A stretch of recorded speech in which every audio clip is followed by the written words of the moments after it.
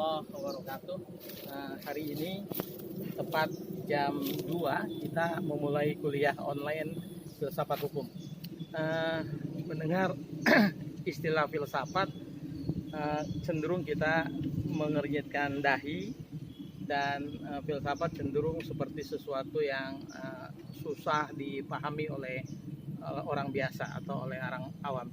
Itu tidak sepenuhnya benar. Mari kita memaknai belajar filsafat secara mudah dan renyah, seolah-olah sama dengan kita makan rempeyek begitu.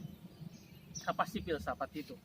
Filsafat berasal dari istilah Yunani philo dan sophia, yang artinya cinta kebijaksanaan atau pecinta kebijaksanaan. Filsafat seringkali disebut sebagai ibunya dari ilmu pengetahuan, atau pukunya dari ilmu pengetahuan, atau raja diraja dari ilmu pengetahuan. Lantas filsafat itu apa sebetulnya?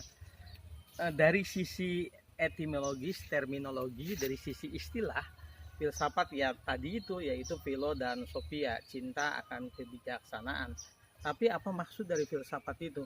Filsafat sesungguhnya adalah sebuah ikhtiar perenungan yang mendalam secara sistematis, logis, dan radikal atau mendalam itu tentang hal ihwal manusia, bagaimana proses penciptaan manusia, bagaimana terjadinya manusia dan lingkungannya.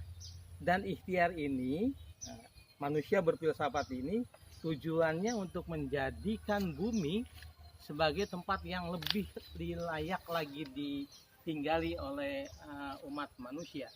Jadi berfilsafat sebetulnya dia upaya merenung-renung secara mendalam seorang anak manusia tentang hal ihwal diri dan lingkungannya, sebagai ikhtiar untuk menjadikan bumi sebagai tempat yang lebih layak untuk didiami. Artinya ketika kita berpikir, ketika kita menggali, ketika kita mendalami sesuatu, kita sedang berfilsafat. Manusia itu diciptakan dari apa? Pohon-pohon itu berasal dari, apakah dia dari biji, apakah dari tunasnya, angin bagaimana kemudian diterbangkan. Tetapi lebih dalam, lebih jauh dari itu, bagaimana kemudian bumi ini diciptakan. Ada filosof yang mengatakan, pemikir-pemikir lama itu, bahwa bumi ini diciptakan bersumbernya dari air. Ada yang mengatakan dari api. Ada juga yang mengatakan sumber dari segala sesuatu itu adalah tanah. Manusia terus berpikir tentang bagaimana proses terjadinya alam. Mereka sedang berfilsafat. Nah, filsafat adalah ikhtiar itu. Ikhtiar secara sistematis, logis, dan mendalam untuk memikirkan hal ihwal diri dan lingkungannya. Lantas kemudian yang kita pelajari sekarang adalah filsafat hukum. Kalau begitu filsafat hukum apa? Nah, filsafat hukum adalah filsafat secara khusus. Jadi filsafat yang khusus objeknya adalah hukum. Apa hukumnya? Yaitu tentang bagaimana hukum itu terjadi, sumber-sumber hukum, asal mula hukum, hakikat hukum itu apa, kemudian bagaimana fungsi hukum itu untuk apa, dan tujuan hukum. Nah, filsafat hukum adalah filsafat dalam arti khusus yang objeknya hukum. Sekarang kita mulai tentang filsafat hukum. Filsafat hukum sebagaimana yang saya sampaikan tadi adalah filsafat yang objeknya khusus tentang hukum. Tadi saya sampaikan ruang lingkup dari filsafat hukum itu pertama tentang asal mula hukum. Apakah hakikat hukum? Apa makna hukum? Apa fungsi hukum? Lalu sumber hukum itu apa? Dan kemudian terakhir tentu tujuan hukum.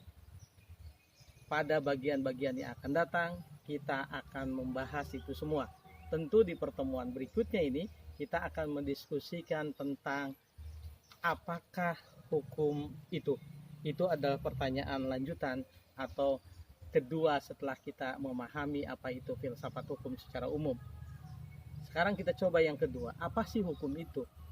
Sebagaimana yang kita pahami ketika kita belajar di semester awal, di semester pertama, belajar pengantar ilmu hukum, kita mengenal pandangan Apollodoron yang mengatakan di bukunya Van Apeldoorn ada pandangan yang mengutip dari Immanuel Kant. Immanuel Kant mengatakan bahwa noch secunda juristen ini definition ju ihrem begriff von Recht.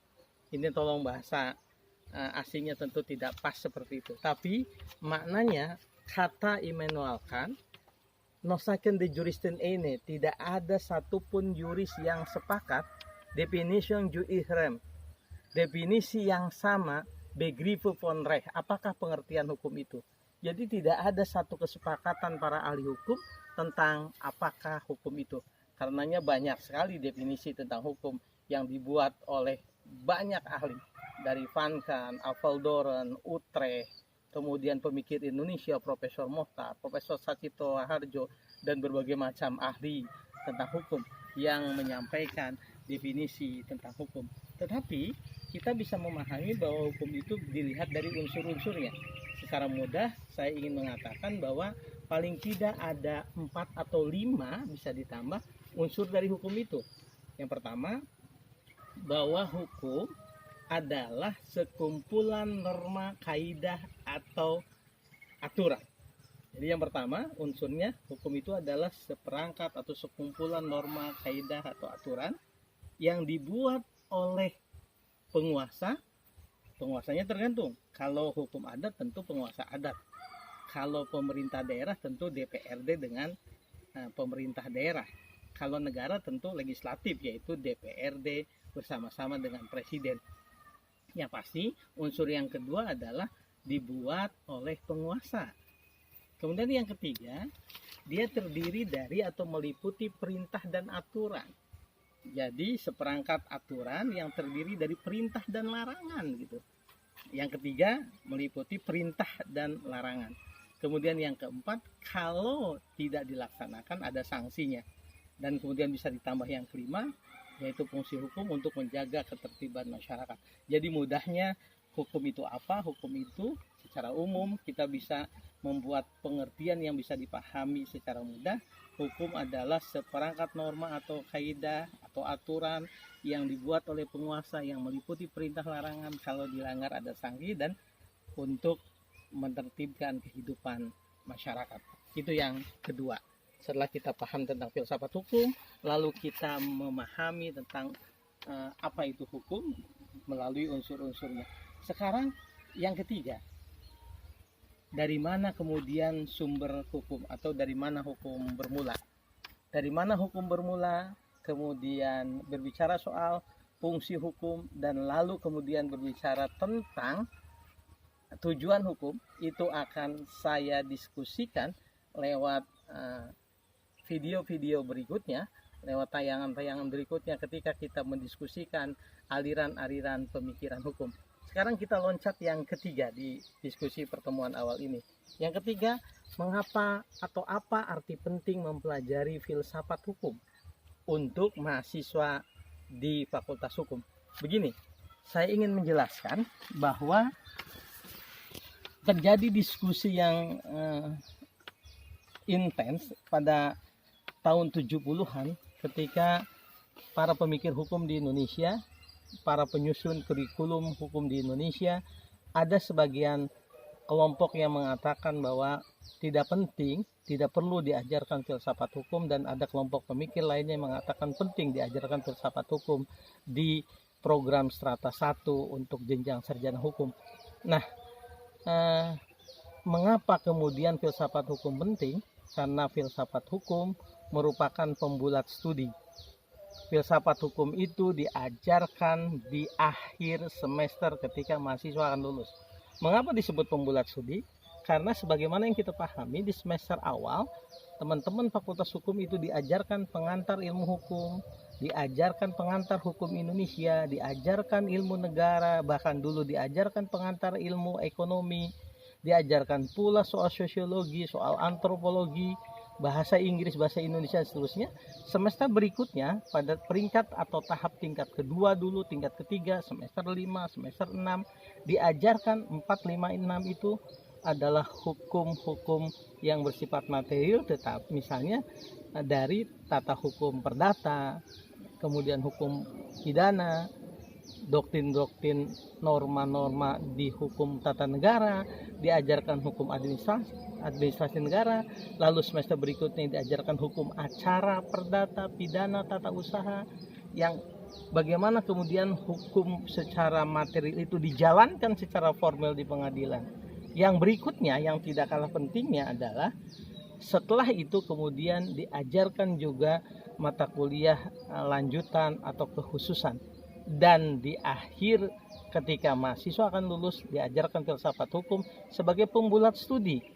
Artinya kepada mahasiswa Fakultas Hukum diajarkan tidak hanya norma yang bersifat material, tidak hanya prosesnya dalam hukum acara, tetapi juga dibulatkan lewat filsafat hukum supaya bisa memahami apa itu pentingnya hukum di tengah masyarakat.